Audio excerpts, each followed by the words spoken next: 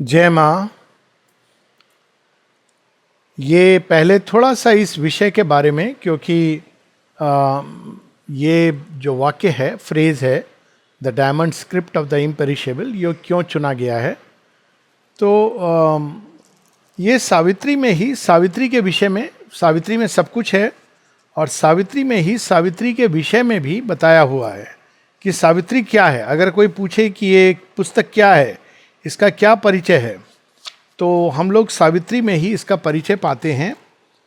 और ये page number 232 पर है। पूरा एक पैसेज है जो the book of traveller of the worlds में फॉल्सूट का जो जगत है, द वर्ल्ड ऑफ फॉल्सूट, इसके अंत में आता है। क्योंकि शेरविंद ने ये पुस्तक जो प्रकट हुई है, वो हम लोग सब जानते हैं कि कैसे धीरे धीरे उन्होंने 12 बार क्यों लिखा, क्योंकि वो उच्चतम सत्य को धरती पर उतारना चाह रहे हैं और ये उनका मुख्य प्रयोजन है। और उच्चतम सत्य क्या है उसकी हम लोग अभी बात करेंगे।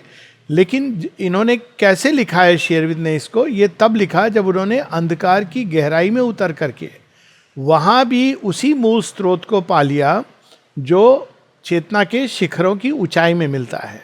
तो जब हम यह पा लेते हैं तो दोनों का जो लिंक है वो मिल जाता है कि वही जो ऊपर है वही नीचे में छिपा हुआ है और अपने आप को उसने एक अंधकार के आविष्ठन में, अंधकार के एक कवरिंग में लपेटा हुआ है। तो अब सावित्री का परिचय है यहाँ पर।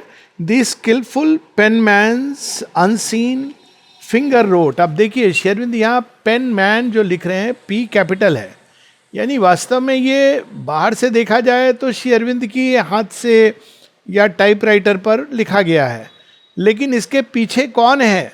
इसके पीछे पेन मैन, वह जो सारे सृष्टि में वेद को लिख रहे हैं वही हैं। यानी ये भगवान की लिखी हुई किताब है। और अनसीन फिंगर, तो पूरा एकदम स्पष्ट कर रहे हैं शेरविंद कि यह एक इंट्यूशन के द्वारा, अंतर्भास के द्वारा, आंतरिक साक्ष्य के द्वारा, प्रत्यक्ष प्रमाण के द्वारा, उसके द्वारा ये पुस्तक प्रकट हुई है। भगवान की पुस्तक है, स्किलफुल पेनमैन अनसीन, यानी वास्तव में हाथ उनका है, लेकिन हम लोग बाहर से अगर देखेंगे तो शेरविंद का हाथ है, तो वही अवतार के रूप में। His Swift intuitive calligraphy, earth forms were made his divine document.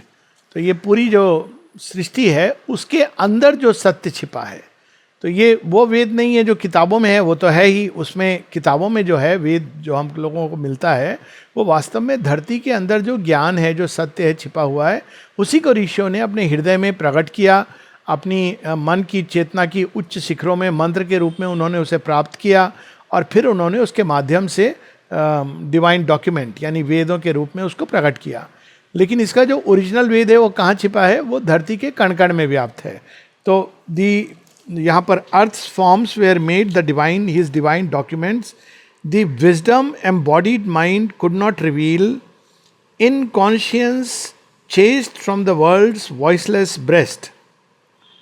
सो वह सत्य है इसमें जो मन के परे है। मन जो एम्बॉडीड माइंड है वो उसको नहीं ग्रहण कर सकता।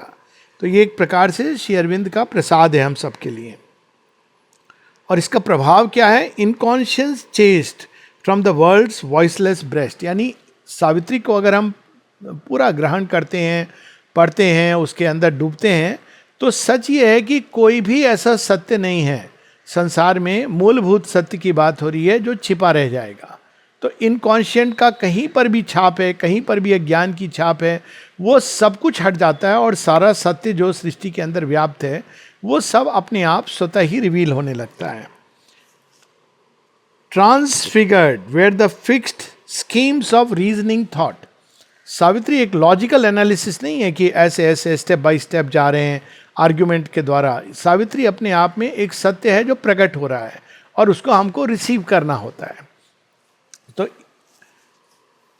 Transfigured where the fixed schemes of reasoning thought,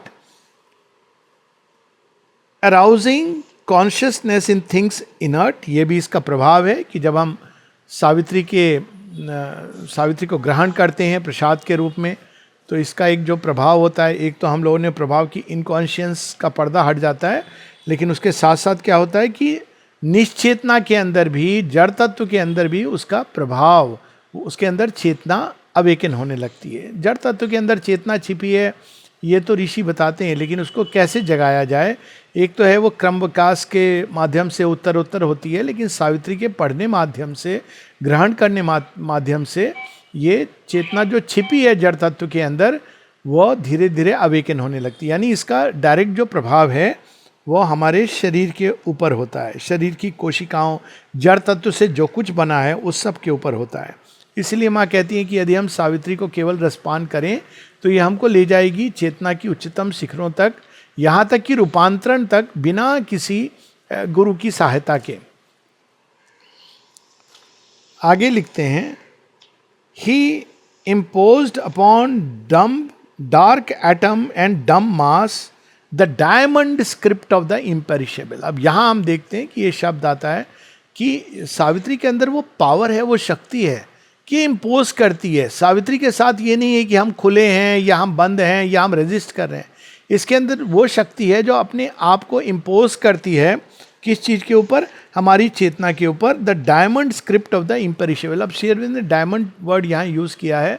diamond है अतिमानस के लिए जो हीरा, इसको अगर हम बनाएं, इसको हेक्सागोनल, जो हम कहीं कहीं श्रीमा श्री अरविंद के जॉइंट सिंबल में भी देखते हैं, तो वास्तव में it is the mother's light at its most intense. Diamond का जो अर्थ दिया है श्री अरविंद ने, तो सबसे अधिक इंटेंसिटी का वही सत्य अलग अलग ढंग से प्रकट किया गया है, लेकिन जो सबसे अधिक इंटेंसिटी से उसको प्रकट किया है श्री अरविंद ने, वो सावित्री में किया है। So diamond script of the imperishable, यानी ये सत्य सदा सदा रहेगा। ये एक सामयिक सत्य नहीं है। काल की गति के अनुसार जैसे जैसे समय बदलेगा तो भी ये सत्य एप्लीकेबल रहेगा। और उसका कारण बहुत सिंपल है कि ये इसमें जो कहानी है, इसमें जो सत्य प्रकट किया है श्री अरविंद ने, वो केवल ये एक युग के एक विशेष प्रयोजन से नहीं है, इसमें भविष्य का भी दर्शन है। और वह जो भविष्य का दर्शन है, उस भविष्य के आने के बाद वास्तव में किसी स्क्रिप्चर की आवश्यकता नहीं रहेगी, क्योंकि जो हमारे हृदय के अंदर वेद छिपे हैं वो खुल जाएंगे, वो जाग जाएंगे, और फिर हमको किसी स्क्रिप्चर की बाहर से आवश्यकता नहीं रहेगी। तो हम इसको एक तरह से ये भी कह सकते हैं कि सावित्री संसार के स्क्रिप्चर जो हैं, ग्रंथ हैं, उसमें यह अंतिम ग्रंथ है। तो अगर हम इसको वेदों से जोड़ें तो वेद यदि आदि ग्रंथ हैं तो सावित्री अंतिम ग्रंथ है, क्योंकि जब सावित्री का कार्य पूर्ण हो जाएगा तब किसी और नए ग्रंथ की आवश्यकता नहीं रहेगी। माता जी एक जगह बताती हैं, जब उनसे अवतार के बारे में पूछा गया तो माँ कहती हैं कि आई हैड ऑलवेज हर्ड। अब वो कहाँ पे उन्होंने सुना, निश्चित है कि उन्होंने किसी पुस्तक में तो नहीं पढ़ा है, और हर्ड किसी और से तो नहीं सुना होगा। तो I have always heard that Shri Aurobindo is the last अवतार। उसके आगे वो लिखती हैं, ऐड करती हैं, last avatar in a human body, after that we shall see. तो मानव रूप में अंतिम अवतार हैं, और स्वाभाविक है कि इसके आगे क्या होना है वो एक सुपरामेंटल जगत का खेल है। तो किसी भी स्क्रिप्चर की, ग्रंथ की, उसके आगे आवश्यकता नहीं रहेगी। तो एक वर्णन जो सावित्री का यहाँ आता है वो ये है कि the diamond script of the imperishable. और भी कुछ वर्णन आते हैं, inscribed on the dim heart of fallen things. Dim heart क्या है? वह जो सुप्त अवस्था में हमारे अंदर जो चैत्य सत्ता का एक कोर है, हर चीज के अंदर है, और उसके अंदर हम सब के अंदर जो ये चैत्य सत्ता का कोर है, स्पार्क है भगवान का, जो अभी एक सुप्त अवस्था में है, उसको जगाने का कार्य भी सावित्री करती हैं। A pain song of the free infinity, यानी आप इसको किसी छंद ताल लय में नहीं बांध सकते हैं, क्योंकि ये अनंत की एक फ्रीडम, एक फ्री वर्स में है। And the name foundation of eternity. तो जो नाम है, जो भगवान का जो प्रथम नाद है, वह स्वर, वह भी सावित्री के अंदर मंत्र के रूप में कैप्चर्ड है। In the ideographs of the ineffable, the lyric of the love that waits through time, and the mystic volume of the book of bliss, and the message of the superconscient fire। तो इसमें ये 3 और वर्णन हम लोग पढ़ते हैं. Lyric of love, कौन सा प्रेम? वो प्रेम जो अनंत काल से आगे तक आने वाले काल की अंतिम छोर तक वो हमारी प्रतीक्षा करता है. और स्पष्ट ही है कि ये दिव्य जननी डिवाइन मदर का प्रेम है. और तब तक हम लोग सारे जो क्षणिक प्रेम है, क्षणिक आकर्षण है, उनसे निकलकर अंत में हम उस प्रेम की ओर जाते हैं जो सावित्री के अंदर श्री अरविंद ने प्रकट किया है. और and the mystic volume of the book of bliss, ये संसार आनंद हेतु बना है, लेकिन हम लोग कहीं भी संसार में अगर अनुभव करते हैं तो सुख दुख और न्यूट्रलिटी, इंडिफरेंस, ये 3 चीज़ हम लोग अनुभव करते हैं. लेकिन इन सब के पीछे एक अमृत धारा की तरह कहीं ना कहीं आनंद, एक अपरिवर्तनीय आनंद चल रहा है. और उस स्पंदन को भी सावित्री के अंदर प्रकट किया गया है. And the message of the super conscient fire, यानी प्रज्ञा जो अनमेनिफेस्ट है, जो पूर्ण प्रज्ञा है, उसके अंदर जो सत्य छिपा है वो यदि हमसे बात करे, हमें बताना चाहे. यानी अब तक हम लोग अपनी बात भगवान को बताते रहते हैं और अपनी समस्या बताते रहते हैं, अपना विजन जो है हम संसार को कैसे देखते हैं बताते रहते हैं. यहाँ पर भगवान हमें बता रहे हैं अपनी तरफ की स्टोरी, उनकी तरफ की कहानी. तो ये सावित्री की का डिस्क्रिप्शन है. और एक जगह इसमें बहुत सुंदर वर्णन आता है सावित्री का, जो ये केवल एक पुस्तक नहीं है, ये भी हम लोग देखते हैं. अगर हम सावित्री को ध्यान से पढ़ें और इससे हमारा संबंध जुड़े तो हम देखते हैं कि सावित्री एक पुस्तक नहीं है, सावित्री एक जीवंत सत्ता है. एक्चुअली मेरे साथ तो ये अनुभव बहुत बार होता है. मुझे लगता है जो पुस्तकें अपने आप में एक जागृत हो जाती हैं तो वो अपने आप में एक रियलिटी बन जाती हैं. और इसके कई अनुभव हैं, कई ऐसे लोगों के भी अनुभव हैं कि सावित्री अपने आप में एक लिविंग एम्बॉडीमेंट है. मतलब वो केवल एक पुस्तक नहीं है, केवल एक जागृत पुस्तक नहीं है, उसकी अपनी एक पर्सनालिटी है. यानी श्री अरविंद ने इस पुस्तक में डिवाइन मदर की ही उसी सत्य को वाणी के माध्यम से, ये उनकी वांग्मय देह है, उसमें उन्होंने उसको प्रकट किया है. तो यहाँ पर सावित्री के विषय में जब सुप्रीम बताते हैं कि तुम कौन हो, तो अगर हम इसको ध्यान से देखेंगे तो हम ये देखेंगे कि यही सत्य वास्तव में ये हमारे जीवन में भी, ये सावित्री जो पुस्तक है उसमें भी ये स्पष्ट रूप से झलकता है, वही सत्य. तो हम उसको Savitri the incarnation of the divine mother, उन पर भी अप्लाई करता है, और यही सावित्री द बुक उस पर भी अप्लाई करता है. तो यहाँ पर हम लोग page 703 O Savitri, thou art my spirit's power, the revealing voice of my immortal word. अब देखिए ये दोनों पर अप्लाई करता है एक साथ. तो सावित्री क्या है? वो भगवान की ही शक्ति, शक्ति को इन्होंने माने इसीलिए कहा है कि इसके अंदर वो ट्रांसफॉर्मिंग पावर है. द रिवीलिंग वॉइस, उसके अंदर ज्ञान भी है. वो कौन सा ज्ञान है? जो स्वयं भगवान प्रकट करते हैं इस सृष्टि के अंदर. Of my immortal word, the face of truth upon the roads of time, pointing to the souls of man, pointing to the souls of man the routes to God. तो कहीं से भी अगर हम पढ़ लें सावित्री को, कहीं से भी खोलें, कहीं भी हमको आगे मार्ग देखने की, जानने की अगर हमारे अंदर अभिप्सा हो, ऑफ कोर्स लिविंग गाइडेंस तो हृदय के अंदर आता है, लेकिन हम सावित्री के माध्यम से वही गाइडेंस प्राप्त कर सकते हैं, क्योंकि इसमें पूरा रोड मैप है, पूरा रूट है. और किसी भी अवस्था में, अंधकार से अंधकारमयी अवस्था में, अलग अलग चेतना के स्तरों पर, इंटरमीडिएट जोन में, मन की ऊंचाइयों पे, हृदय की गहराइयों में, प्राण तत्व के अंदर, शरीर के अंदर, सारे जो सत्य छिपे हैं, जहाँ पर भी हमारी चेतना घूम रही हो, वहाँ से आगे का सारा मैप सावित्री के अंदर प्रकट किया गया है. Pointing to the souls of man the routes to God, while the dim light from the veiled spirit speak, falls upon nature matter's stark inconscient sleep, as if a pale moonbeam on a dense glade, and mind in a half light moves amid half truths, and the human heart knows only human love, and life is a stumbling and imperfect force, and the body counts out its precarious days you shall be born into man's dubious hours. अब ये बड़ी interesting line है, you shall be born. अब इसको कई तरह से कि ये क्या कहने का अर्थ है, क्योंकि ये ऐसा लग रहा है कि किसी एक बार की बात नहीं हो रही है।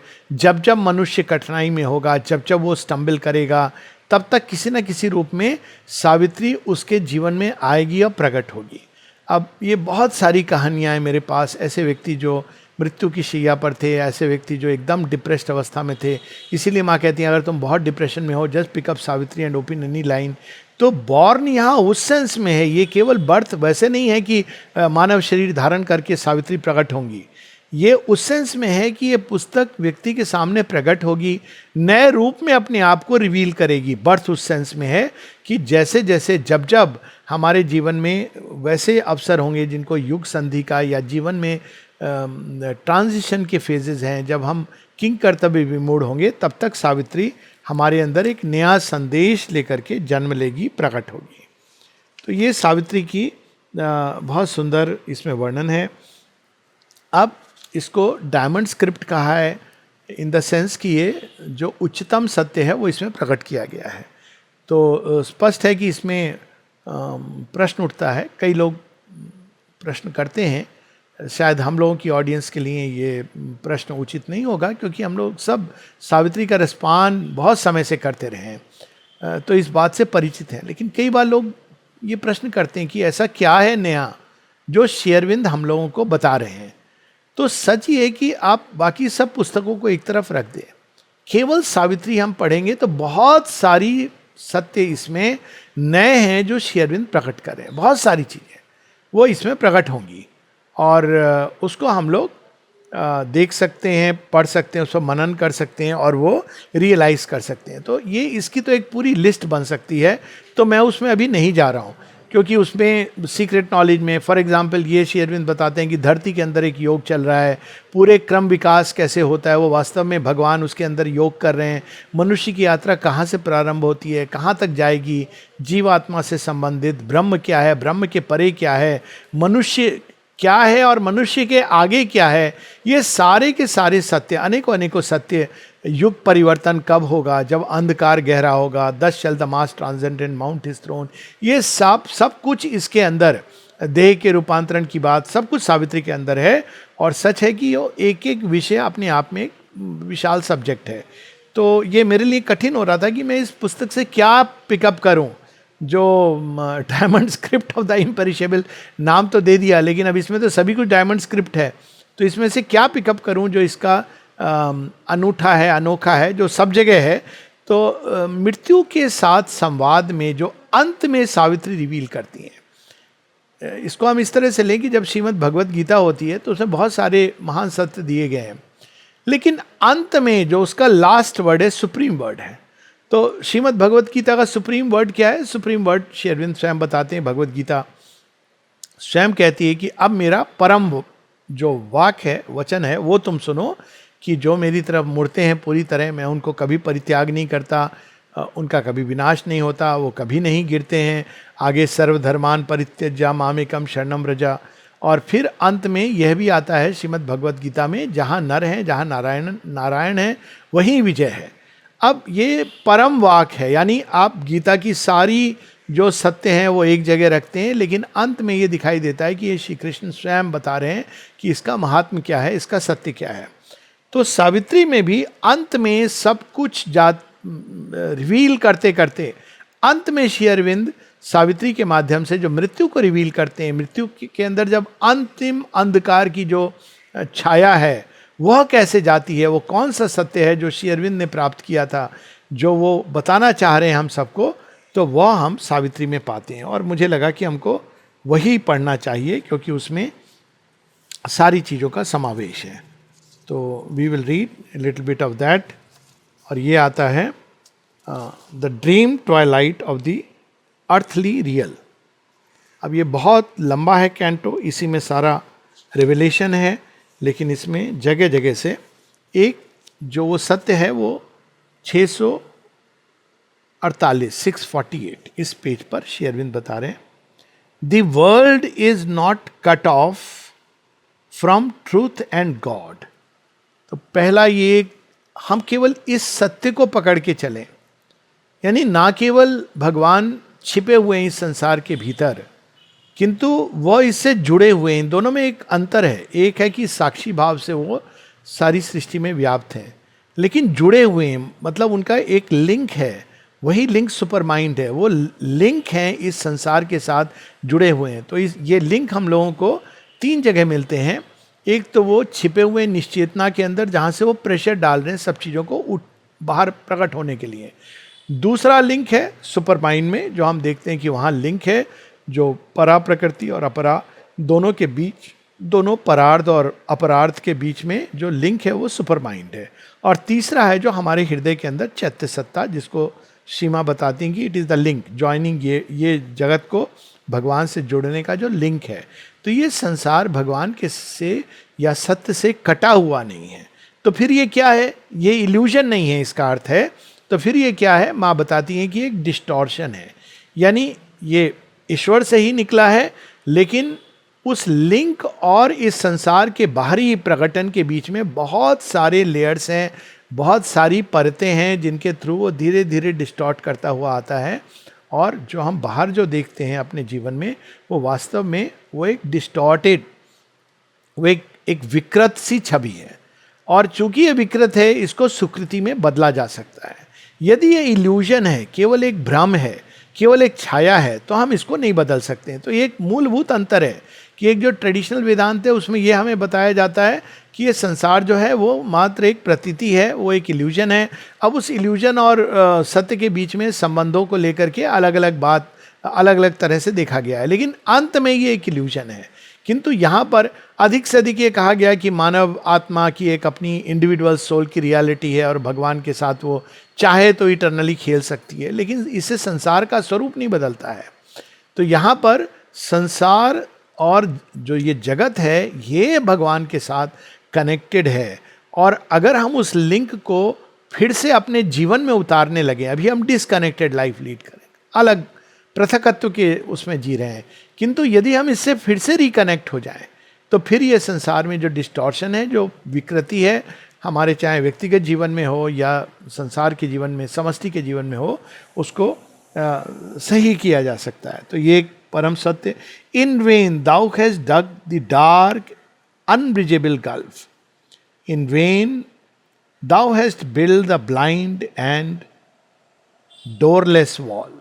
तो मृत्यु क्या है? यहाँ पर मृत्यु एक प्रकार से वो अंधकार है जो सब जगह पर, जैसे कल चंद्र ग्रहण था, तो अगर कोई चंद्रमा पर होगा तो वो सूर्य को नहीं देख पाएगा, या सूर्य ग्रहण होता है तो हम नहीं देख पाते क्योंकि चंद्रमा बीच में आ जाता है। तो ये जो गल्फ है मनुष्य, ये संसार और भगवान के बीच में, वो इसलिए है क्योंकि मृत्यु ने, जहाँ तक मृत्यु की पकड़ है, वहाँ तक इसने कहीं ना कहीं एक छाया के रूप में ढका हुआ है सत्य को। इसलिए हम सत्य और संसार के बीच में लिंक नहीं ढूंढ पाते हैं। और इसीलिए हम देखते हैं कि श्री अरविंद जो अतिमानस, सुपर माइंड, इसके खोज में क्यों जाते हैं, क्योंकि वो इसी रिकंसाइलिंग सत्य को ढूंढ रहे हैं जो संसार और भगवान के बीच में हो, कि कोई तो इंटरमीडिएट लिंक होगा। क्योंकि जब हम ये कहते हैं कि भगवान ने एको हम बहुश्याम, उनके अंदर सृष्टि का संकल्प जागृत हुआ और सृष्टि प्रारंभ हो गई, लेकिन कैसे प्रारंभ हुई? कोई तो सत्य होगा जिसने उनके अंदर छिपी संभावनाओं को पहले धारण किया, धारण करने के बाद उनको एक ऑर्डर के रूप में, एक ऋचित के विधान के स्वरूप प्रकट किया, नहीं तो चीज़ें रैंडम होती। तो ये जो सत्य है, जो लिंक है, जो उस एक और अनेकत्व के बीच का लिंक है, वह सुपर माइंड है। तो ये लिंक एग्जिस्ट करता है, लेकिन ये लिंक की जो पहली आभा है वो ओवर माइंड में मिलती है। इसीलिए श्री अरविंद के योग में ओवर माइंड का इतना महत्व, कम से कम उनकी व्यक्तिगत यात्रा में। और वो ये कहते हैं कि जब कोई बड़े रेयर जो लोग पहुँचे भी ओवर माइंड तक, वो इतना ब्रिलियंट लिड है कि उनको ऐसा लगा कि इसके पार जो आभा आ रही है, वास्तव में हम सत्य में पहुंच गए हैं और उसको क्रॉस करके वापस नहीं आ सकते हैं। लेकिन उसके नीचे इंट्यूटिव माइंड पर भी हमको वो लिंक कहीं ना कहीं अंतर्भाष से हम ये महसूस कर सकते हैं, लेकिन वो लिंक हमको मिलता नहीं है। इसीलिए जो लोग उन चेतना की, इवन ओवर माइंड के लोअर रेंजेस में जो लोग वहाँ तक ऊपर उठे, वो इस संसार और भगवान के बीच में जो कड़ी है उसको नहीं ढूंढ पाए, और इसी कारण उन्होंने इस संसार को माया डिक्लेयर कर दिया।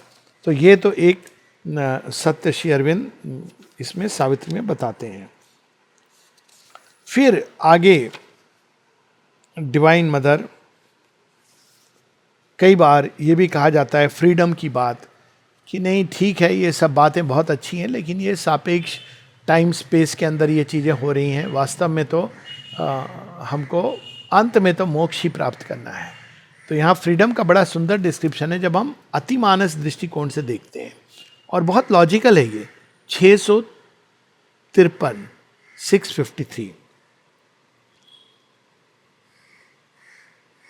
पहले इसका वर्णन है कि ये संसार क्या है, इसमें ओमिनस मास्क हैं, किंतु क्यों इस देश काल की सीमा में हमारी जीवात्मा उतरी है, और उसके साथ साथ कोई तो सत्य है जिसको हम सब ने सत्यवान के रूप में धारण किया हुआ है। Why came it down into the mortal space, a charge he gave to his high spirit in man and wrote a hidden decree on nature's tops. तो कहीं ना कहीं कोई सत्य है जो हम सब धारण किए हैं, जिससे हम अनभिज्ञ हैं, और वो सत्य केवल मोक्ष का नहीं है। मोक्ष तो एक यूनिवर्सल चीज़ हम लोगों ने कह दी कि एक निर्वाण की अवस्था है, लेकिन यहाँ व्यक्ति की बात कर रहे हैं। Freedom is this with ever seated soul, large in life's limits, strong in matter's knots, building great stuff of action from the worlds, to make fine wisdom from coarse, scattered strands, and love and beauty out of war and night, the wager wonderful, the game divine। तो ये एक खेल है, यहाँ पर वो ये बता रहे हैं लीला का एस्पेक्ट कि ये संसार वास्तव में इस खेल है। ये और बात है कि हम लोग इसको बहुत सीरियसली ले लेते हैं। सीरियसली लेने के बजाय हमको इस खेल में खेल की तरह खेलना चाहिए, और इसका अर्थ ये कि रूल्स ऑफ द गेम हमको पता होने चाहिए। तो कई आधी ज़िंदगी तो इसी को जानने में निकल जाती है। माँ कहती हैं 60 साल की उम्र का जब व्यक्ति होता है तब उसको पता चलता है कि वास्तव में जीवन क्या है, और ये तो माँ ने बहुत जेनरस कहा है। सत्य तो ये है कि कई लोग चले जाते हैं और उनको जीवन का सत्य नहीं पता होता, लेकिन कम से कम हमको रूल्स ऑफ द गेम पता चल जाते हैं। अगर हम बड़े कॉन्शियसली जीवन जी रहे हैं, कम से कम योगनिष्ठ व्यक्ति को तो निश्चित रूप से, और वो रूल्स ऑफ द गेम जो पता चल जाते हैं तो इवन ये कैरी ऑन करता है, और थोड़ा सा भी जो खेल होता है वो अद्भुत खेल होता है। Because now we are not the football but the player. तो मैं एक जगह बताती भी हैं the difference is between knowing the play and playing it unconsciously. तो जब रूल हमें पता चल जाते हैं इस खेल के, तो ये खेल बहुत निराला हो जाता है। तब हम इस खेल से भागने की चेष्टा नहीं करते हैं, बल्कि उसको एक आनंदवर्धन का एक प्रयोग देखते हैं। तो फिर आगे, What liberty has the soul which feels not free, unless stripped bare and cannot kiss the bonds the lover winds around his playmate's limbs, choosing his tyranny crushed in his embrace। तो एक है मोक्ष का ये अर्थ जो traditionally आजकल हम लोग ये समझते हैं कि संसार से परे चले जाना।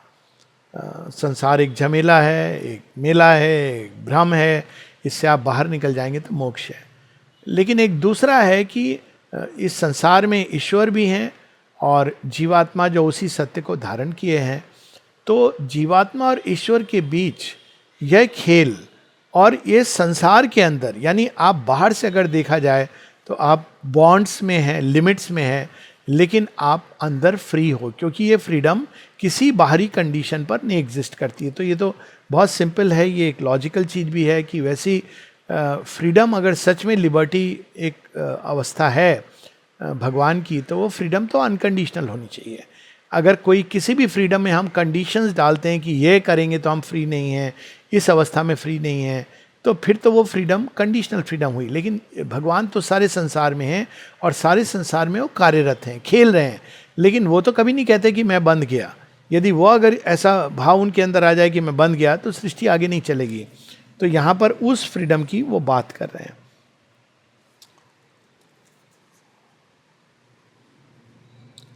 अब आगे और आगे सावित्री रिवील करती जाती हैं एक से एक सत्य को, और अंत में पेज 654 60 62 या अदर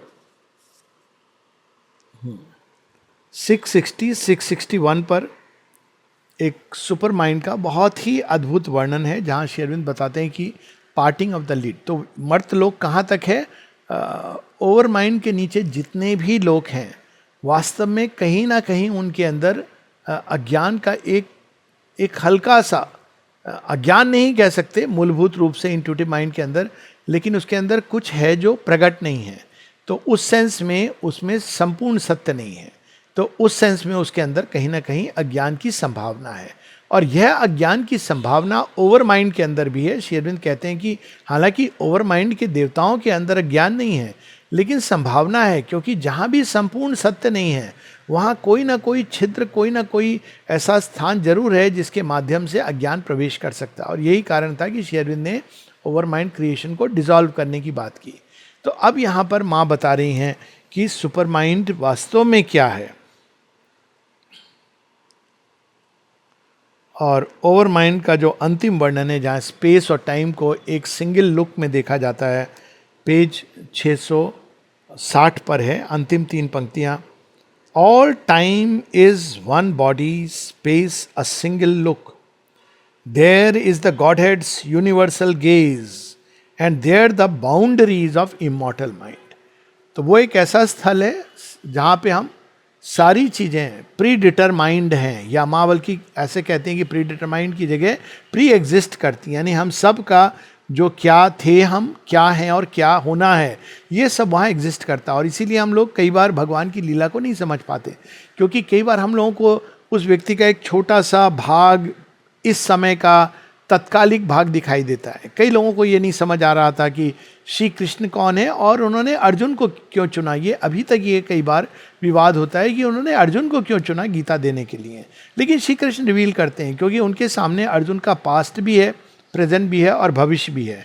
तो जो अतिमानसिक दर्शन है, उस विजन में सब चीज़ों का ये त्रिकाल दृष्टि है, जिसमें पास्ट, प्रेजेंट और फ्यूचर एक साथ को एग्जिस्ट करते हैं। तो space becomes a single look and time becomes a single body. और यहाँ पर the line that parts and joins the hemispheres closes in on the labour of the gods. कितनी अद्भुत पंक्ति है। यहाँ पर देवताओं का जो लेबर है वो भी बंद हो जाता है। क्यों ये बंद हो जाता है? क्योंकि उसके आगे वे सारे देवता अपने देवत्व को धारण करते हुए उस एक दिव्य सत्य के अंदर समाहित हो जाते हैं, एक हो जाते हैं। और तब ये पता चलता है कि उनके जो लेबर, जो देवताओं का जो कर्म है, उसकी प्रेरणा भी और शक्ति भी केवल और केवल भगवान दे रहे थे। और ये हम लोग गीता में भी पाते हैं। Fencing eternity from the toil of time, inner glorious kingdom of eternal light, all ruler, यानी सुपर माइंड का एक डिस्क्रिप्शन है, he is the ruler, the king, ruled by none, the truth supreme, यानी केवल एक ब्रह्म, इम्यूटेबल ब्रह्म, अक्षर ब्रह्म, यही अंतिम सत्य नहीं है। क्षर और अक्षर के परे एक सत्य है जो इस संसार का लॉर्ड है, ईश्वर है। अब इसकी हम लोग ईशुपनिषद में भी पढ़ते हैं, ईशावास्यम इदम सर्वम, और श्री अरविंद लॉर्ड के ऊपर, the Lord of the universe, इसके ऊपर काफ़ी कुछ इसमें बताते हैं। तो इस संसार में क्षर और अक्षर के परे, और यहाँ वो स्पष्ट करते हैं कि ये जो पुरुषोत्तम है वो एक सगुण ब्रह्म नहीं है, वो कोई पर्सनल डेटी नहीं है, किंतु वो बीइंग है जो भगवान की सत्ता है, जो सच्चिदानंद है स्वयं, जो इस संसार में अपने आप को प्रकट कर रहे हैं। All ruler, ruled by none, the truth supreme, omnipotent, omniscient and alone, in a golden country keeps her measureless house. अब यहाँ पर उन्होंने उसको फेमिनाइन फॉर्म दे दिया हो। क्यों? क्योंकि ओमनीपोटेंस और ओमनीसियंस है वो डिवाइन की शक्ति ही है, तो शक्ति स्वरूपा, और उन्होंने हर चीज़ का सत्य अपने अंदर धारण किया हुआ है। मेजरलेस हाउस, उसकी कोई दीवार नहीं है, कोई छत नहीं है, वो स्पेस के परे है और स्पेस उसमें प्रकट होता है, तो measureless house. In its corridor she hears the tread that comes. अब यहाँ देखिए देश का वर्णन, स्पेस का वर्णन कैसा है।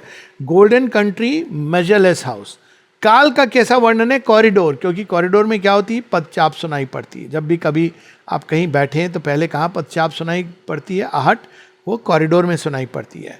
तो यहाँ काल जो आ रहा है, भविष्य, उसकी गति यहाँ पर सुनाई पड़ती है। तो कॉरिडोर, उसके बाद या यहाँ से जो काल लेकर के जा रहा है तो वहाँ पे गति सुनाई पड़ती है। In its corridor she hears the tread that comes out of the unmanifest never to return. काल की गति में वो प्रवाहित हो जाता है और फिर वो वापस नहीं आता है। Till the unknown is known and seen by man, above the stretch and blaze of cosmic sight, above the silence of the wordless thought, formless creator of immortal forms, nameless in vestitude with the name divine. तो अक्सर इन दोनों में जो भेद है कि नहीं वास्तव में भगवान का कोई नाम है, वो अनाम है, वो अरूप है। तो सुपर माइंड वो है जहाँ वो दोनों हैं, अनाम और अरूप भी हैं, और वहीं पर हम देखते हैं कि नाम और रूप, नाम यानी उनकी जो क्वालिटी है, नाम का जो ओरिजिनल सेंस है वो ये है कि प्रत्येक नाम भगवान की किसी न किसी गुण को, किसी क्वालिटी को प्रकट करता है। और ओरिजिनल सेंस नाम का यही था कि नाम जब रखा जाता था तो ईश्वर की किसी क्वालिटी को प्रकट करने के लिए। तो यहाँ पर जो अरूप है वो रूप धारण करने का जो पहला चरण है वहाँ प्रारंभ होता है, और यही जो अनाम है वही नाम यानी क्वालिटीज़ को धारण करता है। Transcending times hours, transcending timelessness, the mighty mother sits in lucent calm and holds the eternal child upon her knees, attending the day when he shall speak to fate. कितनी सुंदर इमेज है। हम सब जानते हैं कि माता जी के साथ जो एक व्यवहार था लोगों का, कैसा व्यवहार था। माँ विशेष रूप से, माँ किसी को एम्ब्रेस नहीं कर रही हैं, माँ किसी को केवल दंडवत प्रणाम नहीं करवा रही हैं, माँ केवल दूर से प्रणाम, जिसकी जैसी इच्छा वो एक अलग बात है। लेकिन जो कैरेक्टरिस्टिक था जो हम बार बार सुनने में आता है हम लोगों के, कि लोग जाके माँ की गोद में अपना सिर रख देते थे। तो ये जो माँ की गोद में सिर रखना है, अभी भी आप देखेंगे कि समाधि पे जाके लोग यही भाव से समाधि के ऊपर सिर रखते हैं। आप इसी चीज़ को अपने अंदर भी एक अपनी कल्पना के उसमें एक ध्यान के रूप में आप ध्यान कर सकते हैं। और शेर अरविंद ने यहाँ तक कहा, जब सहाना दी ने कहा कि मुझे ध्यान करना नहीं आता, जब मैं बैठती हूँ तो मुझे ऐसा बस भाव आता है कि मैं माँ की गोद में अपने सिर को रखे हुए हूँ। और शेर अरविंद कहते हैं ये तो सबसे उत्तम ध्यान है। ये क्यों उत्तम ध्यान है, क्यों वो कह रहे हैं? क्योंकि यही हमारा वह सत्य है जिसको हमने विस्मृत कर दिया है। यहाँ तक विस्मृत कर दिया है कि हमको लगता है कि हमारी माँ है ही नहीं, यहाँ तक कि उनके ऊपर हम डाउट करते हैं, यहाँ तक कि हम अज्ञान को ही अपनी मदर समझते हैं, फॉल्सहुड को जननी समझने लगे हैं इस संसार का। लेकिन सत्य ये है, और वो सत्य सदैव है। यानी हमारी अंदर दो गति हैं हमारी जीवात्मा की, द्वासुपर्णा, एक जो यहाँ अज्ञान में है जिसको साइकिक चैत्य सत्ता के रूप में है, और एक जो पूर्ण ज्ञान में प्रकट होती है। दोनों एक साथ है। यानी एक और हम सभी अपने सेंट्रल बीइंग के रूप में, जीवात्मा का जो सेंट्रल बीइंग है, जो पूरी तरह ये जानता है कि डिवाइन मदर कौन है और उनकी गोद में वो सिर रखे है। और इसीलिए जब माँ कहती है कि इस योग में कैसे पता चले कि आपने किसी को इनिशिएट कर दिया है, क्योंकि यहाँ तो बाहरी कोई मंत्र, कोई दीक्षा नहीं है। तो माँ कहती है मैं जब किसी को कहती हूँ कि मैंने इनिशिएट कर दिया है, इसका अर्थ ये है कि मैंने उसको बता दिया है, रिवील कर दिया है, बता नहीं दिया, रिवील कर दिया है, प्रकट कर दिया है कि मैं कौन हूँ। तो ये अपने आप होता है। ये क्यों? क्योंकि एक शाश्वत सत्य है कि हम सब डिवाइन मदर के पोर्शन हैं। इसकी बात तो श्रीमद् भगवद गीता में भी है, परा प्रकृति जीव भूता। लेकिन इसके आगे की एक बात है कि वास्तव में हमारा माँ के साथ क्या संबंध है। हम उनकी गोद में सिर रखे हुए हैं, और गोद में सिर रखने का अर्थ ये है कि परम सुरक्षा भी है। इसका अर्थ है कि हमको वास्तव में जैसे जैसे हम जाते हैं माँ के करीब, वैसे वैसे हम सभी चिंताओं से मुक्त होने लगते हैं, भय से मुक्त हो जाते हैं। एक कहानी है कि एक महिला हैं जो अपने 4 साल के बच्चे को लेकर के जब आश्रम आई और माँ के दर्शन के लिए गई, तो बच्चा है, तो वो तो चारों तरफ घूम रहा है, उछल रहा है, और ये उसकी तरफ उनका ध्यान जा रहा है, कभी माँ की ओर, कभी बच्चे की ओर, कि इसको चुप करो। अचानक माँ उससे कहती हैं, he is my child also, वो मेरा भी बच्चा है, तुम इधर आओ। और शी कॉल्स हर, और उसको पूरी तरह अपनी गोद में सिर रख देती हैं। तो अपना ये अनुभव मुझे बता रही थी, कहती उसके बाद तो मुझे कुछ ध्यान ही नहीं रहा, मेरे अंदर ये भाव आ गया कि ये जो बच्चा है ये वास्तव में ये भी तो माँ की संतान है। तो अगर केवल इस सत्य को हम धारण करें कि हमारा जो ओरिजिनल सत्य है वो क्या है, वो सत्य ये है कि हमने माँ की गोद में अपना सिर रखा हुआ है, उसमें पूर्ण निश्चिंतता है, पूर्ण सुरक्षा है, सिक्योरिटी है, पूर्ण निर्भयता है, और जो कुछ हमको चाहिए वो सब माँ हमें दे देंगी। यानी संबंध जो है माँ और बच्चे का कैसा होता है, वहाँ बच्चा ये नहीं कहता कि अपना मुंह नहीं छिपाता कि मैं शेमफुल फील कर रहा हूँ, मैं गिल्टी फील कर रहा हूँ, नहीं, वो जो है जैसा है। बच्चे को आप देखें कि बच्चे ने अगर कुछ गलत भी किया है, इवन मानवीय बच्चों में ये होता है, तो अगर छिपाने की चेष्टा कर रहा है अपनी फिजिकल मदर से, लेकिन एक टाइम आता है उसको पता चल जाता है कि मेरी माँ से छिपा नहीं है, तो क्या करता है, माँ के ही अंदर, माँ की साड़ी के पल्लू से अपने मुंह को ढक लेता है, वो अपने आप को उन्हीं के अंदर, और फिर माँ मुस्कुराती है, जो उसको बताना है बताती है, डांटना है तो डांट भी देती है, लेकिन वापस उसको नई ऊर्जा दे करके संसार में भेजती है। तो यहाँ हमारी जो डिपेंडेंसी है माँ के ऊपर, श्री अरविंद इसको दिव्य जीवन में बड़े विस्तार से समझाते हैं। एक मॉडर्न टेंडेंसी कि no I don't depend on anyone, okay, don't depend on anyone, वो तो सत्य है।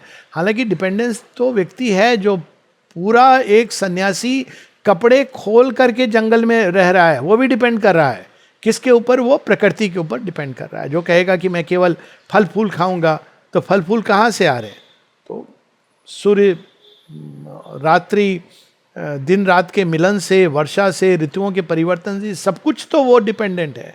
तो यह जो फ्रीडम है, यहाँ फिर से उसकी बात हो रही है, freedom is not independence in this sense कि हम हर चीज से पृथक हो जाएं, यहाँ तक कि भगवान से भी हम पृथक हो जाएं। कुछ लोग इसको स्वतंत्रता समझते हैं।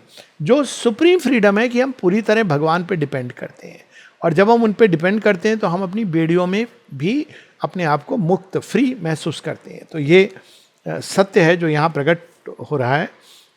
The mighty mother sits in lucent calm and holds the eternal child upon her knees, attending the day when he shall speak to fate. तो एक दिन आएगा जब उन्होंने ऑलरेडी इसके लिए स्क्रिप्ट तैयार की हुई है, लेकिन अभी वो, जैसे बच्चा अगर सो जाए मान लीजिए माँ की गोद में, स्वप्न जगत में चला जाए, तो स्वप्न में वो कभी दुस्वप्न देख रहा है, अच्छा स्वप्न देख रहा है, हर तरह की चीज, और अचानक अगर कभी जैसे स्वप्न में होता है ना कि कोई सामना हो गया कोई भयानक परिस्थिति से, फिर हम जाग जाते हैं, जाग के हमको लगता है अरे अभी हम जीवित हैं, अभी हम जागे हैं, वो सब एक स्वप्न था, दुस्वप्न था। तो उसी प्रकार से एक समय आएगा जब वास्तव में हम जागेंगे। तो जागेंगे तो क्या पाएंगे, देखिए अवेकनिंग की अलग अलग जगहों पे अलग अलग इसके मापदंड दिए गए हैं, अलग अलग अनुभव दिए गए हैं। लेकिन इस योग में जागृति का क्या अर्थ होता है कि वो जाग गया, अवेकनिंग हो गई, एनलाइटेंड हो गया। तो इसका अवेकनिंग का अर्थ यहाँ पर ये, क्योंकि ये अक्षर ब्रह्म के परे की बात है, जब हम ये जान जाते हैं पूरी तरह कि we are part and parcel of the divine mother, a portion of her being, portion of her infinity. और जैसे ही हम ये जान जाते हैं, हमको ज्ञात हो जाता है, तो जीवन की पूरी धारा, गति, सब कुछ बदल जाती है।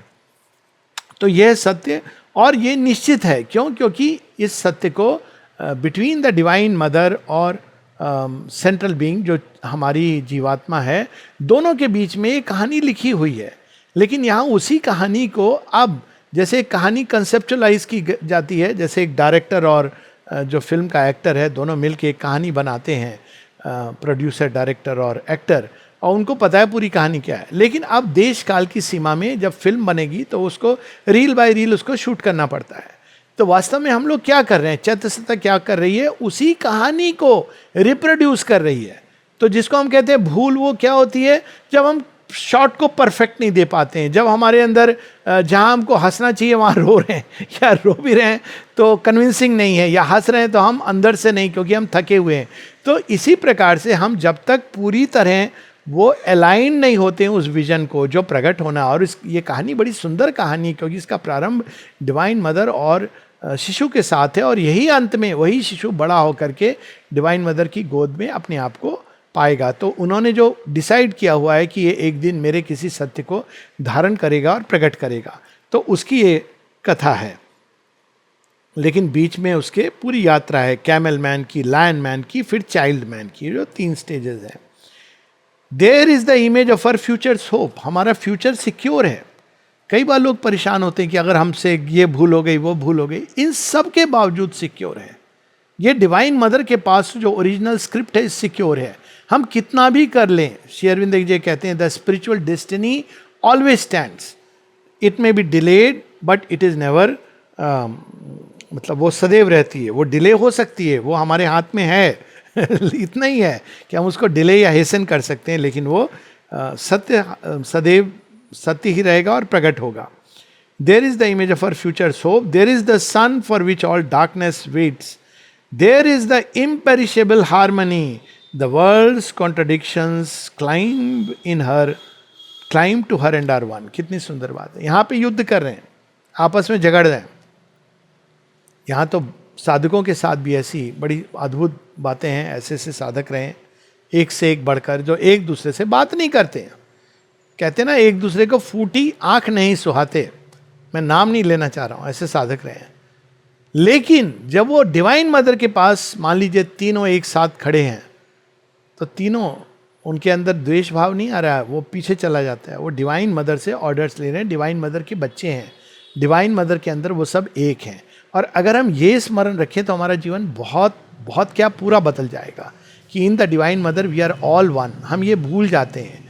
हम कितना भी कहते हैं थ्योरेटिकली, इंटेलेक्चुअली, लेकिन अंत में वहीं पर आ जाते हैं, मैं हूँ, तुम हो. तो फिर तो ये योग की बात ही खत्म हो गई. योग तो हमको ये सिखाता है कि हाँ, बाहर हम सब अलग अलग हैं, हमारी सोच अलग है, हमारा वे ऑफ लाइफ अलग है, बिल्कुल ठीक है. वो सबका अपना अपना एक दृष्टिकोण है, अलग अलग स्टेज है इवोल्यूशन की. लेकिन हमारा जो सत्य है वो ये है कि in the divine mother we are one. तो यहाँ पर इस सत्य को भी सुपर माइंड में ये दिखता है, और वो प्रकट कर रहे हैं श्री अरविंद डिवाइन मदर के माध्यम से. There is the truth of which the world's truths are shreds. जो अलग अलग democracy, dictatorship, communism, socialism, anarchism, इन सब के अंदर एक सत्य है. लेकिन अगर हम मन की भूमि पर देखते हैं तो सब एक दूसरे से कटे हुए होते हैं. लेकिन अगर हम उस सत्य में जाते हैं तो वहाँ पैट्रियार्की और मैट्रियार्की दोनों फ्यूज हो जाते हैं, क्योंकि दोनों का अपना एक सत्य है और वो एक हायर ट्रुथ में रिकंसाइल कर जाते हैं. तो यहाँ पर वो कॉन्ट्राडिक्शंस हैं जिसके कारण लड़ाई होती है. रिलीजन और सेकुलरिज्म, इनमें भी जो सत्य छिपे हैं, ये सब अपने सत्य को प्रकट कर देते हैं. The light, okay, the truth, the light of which the world's ignorance is the shade till truth draws back the shade that it has cast. अज्ञान कहीं ऐसे बाहर से नहीं आया है, सत्य ने ही स्वयं को छिपाया है, मध्यम किया है. उसी के कारण यह अज्ञान है और एक प्रयोजन है, क्योंकि वरना तो कोई बाहर से कोई माया ने स्वयं को इम्पोज नहीं किया है. अचानक ही सृष्टि में कोई शैतान ने, कोई डेविल ने अंधकार प्रकट नहीं किया है. उन्होंने ही, भगवान ने अपने आत्मगोपन के द्वारा स्वयं को छिपाया है और अज्ञान प्रकट हुआ है. The love our hearts call down to heal all strife. वहाँ पर वो प्रेम के दर्शन होते हैं जिसको हम खोजते हैं. The bliss for which the world's derelict sorrows yearn. तो अब इसका दिखाने के बाद फिर नेक्स्ट पेज पे थोड़ा सा और पढ़ लेंगे हम लोग. पेज 662, अंतिम 4 पंक्तियां, वहां से हम लोग शुरू करेंगे. इसे पूरा ये सुपरामेंटल सत्य का उद्घाटन है, हाईएस्ट ट्रूथ. तो इसको हम कह सकते हैं gospel of the super mind.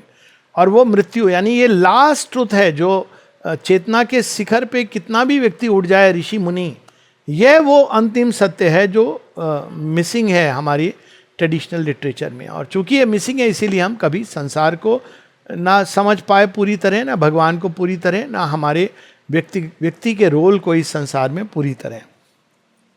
तो अब देखिए ये पंक्ति कितनी अद्भुत है. The truth supreme, vast and impersonal, fits faultlessly the hour and circumstance. अब ये उच्चतम सत्य बता रहे हैं.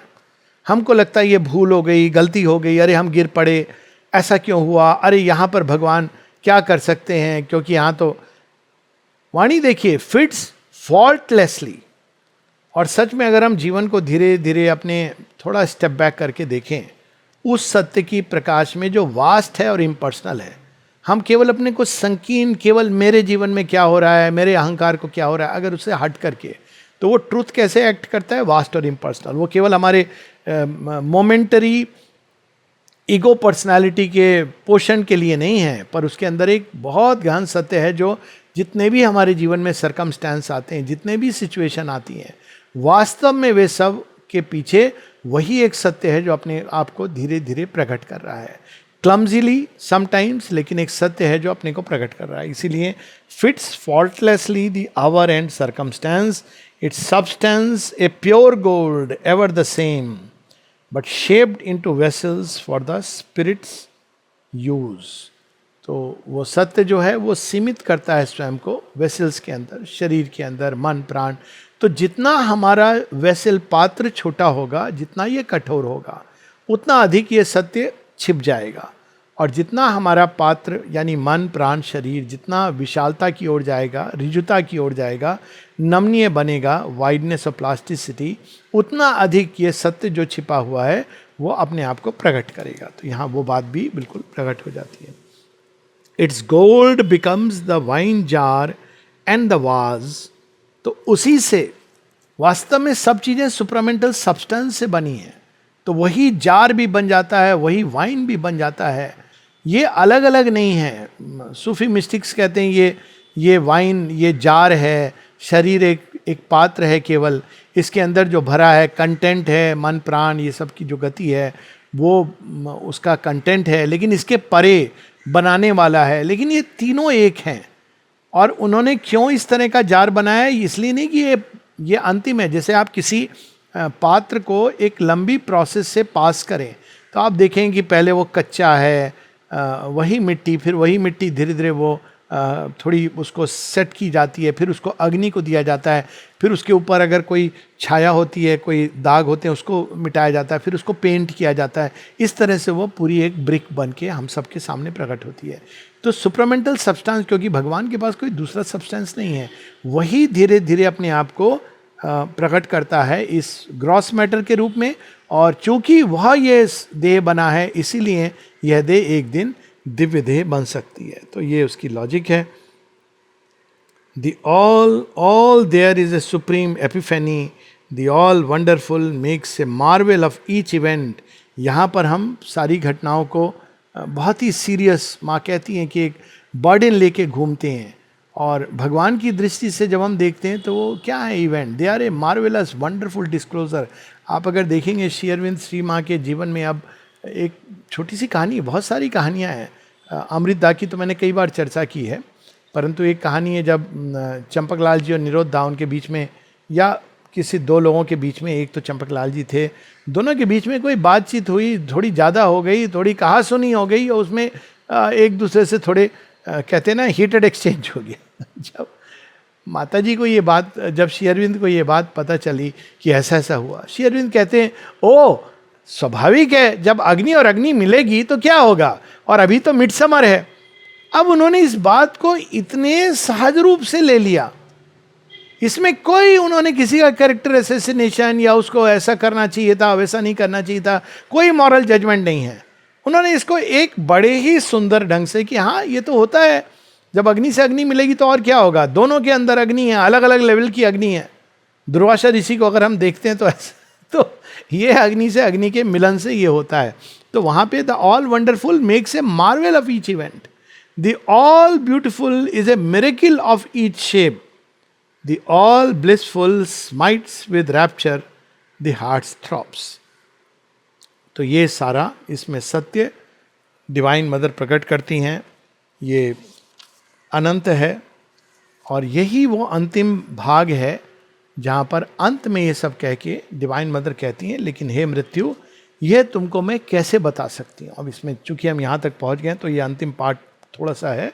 जब वो ये ऐसा कहती हैं तो डेथ कहती है कि यदि ये सच है कि तुम्हारे अंदर संपूर्ण सत्य है, कहीं ना कहीं ये महसूस हो रहा है, तो तुम उस सत्य को मेरे सामने प्रकट करो ताकि मैं तुम्हारे चरण छू करके पूजा कर सकूं. तो यहाँ पर मार्ग भी दे दिया गया है कि हमारे अंदर कितना भी अंधकार क्यों ना हो, यदि हम डिवाइन मदर के चरणों में स्वयं को समर्पित करते हैं और उनकी पूजन करते हैं. उनके पूजन का तो माध्यम बहुत सरल है, उनका कर्म ही पूजा है, उनका काम करना ही यही माँ चाहती हैं. वो कोई धूप दिया बत्ती और पाँव में लोट करके वो पूजन नहीं चाहती हैं. हाँ, पाँव उनके स्पर्श करना ये तो बहुत बड़े आनंद का, where she presses her feet course miraculous streams of an entrancing ananda. लेकिन उनका पूजन क्या है? कर्म, उनकी सेवा, श्री अरविंद माता जी का काम, यही उनका पूजन है। तो जैसे जैसे हम ये करते हैं तो ये सारे सत्य जो सावित्री के अंदर हैं, ये हम सबके जीवन में प्रकट होने लगते हैं। जय माँ।